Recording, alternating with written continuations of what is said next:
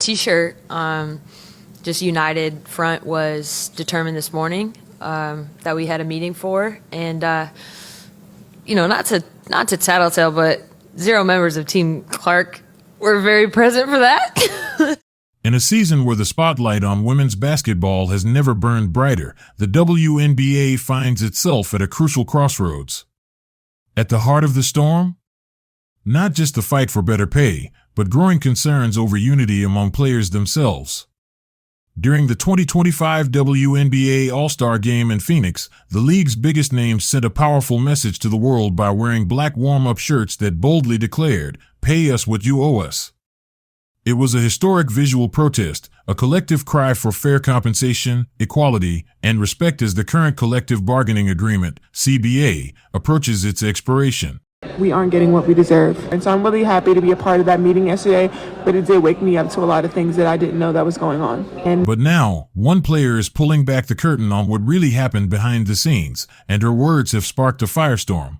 In a candid and unfiltered post-game press conference, Las Vegas Aces star Kelsey Plum revealed a detail that many didn't see coming. Not a single member of Team Clark attended the morning meeting where players agreed on the protest plan. Not to tattletale, Plum said, but 0 members of Team Clark were very present for that. The comment stunned media members and fans alike, instantly fueling debate about whether there's a growing divide between WNBA veterans and the league's new era represented by rookie sensation Caitlin Clark.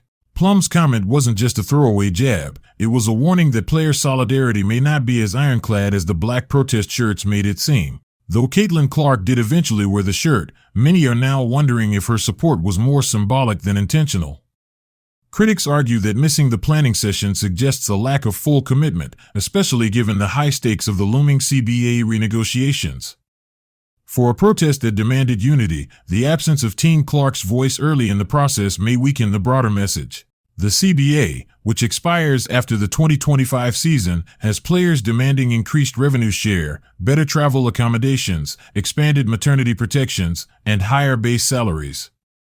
The pay-us shirts were not just for show, they were a direct demand for action. With tensions mounting, the last thing the movement needs is visible cracks in its foundation. With October's CBA deadline approaching fast, this revelation from Kelsey Plum adds another layer to the drama. Will Team Clark respond? Will players close ranks or fracture further?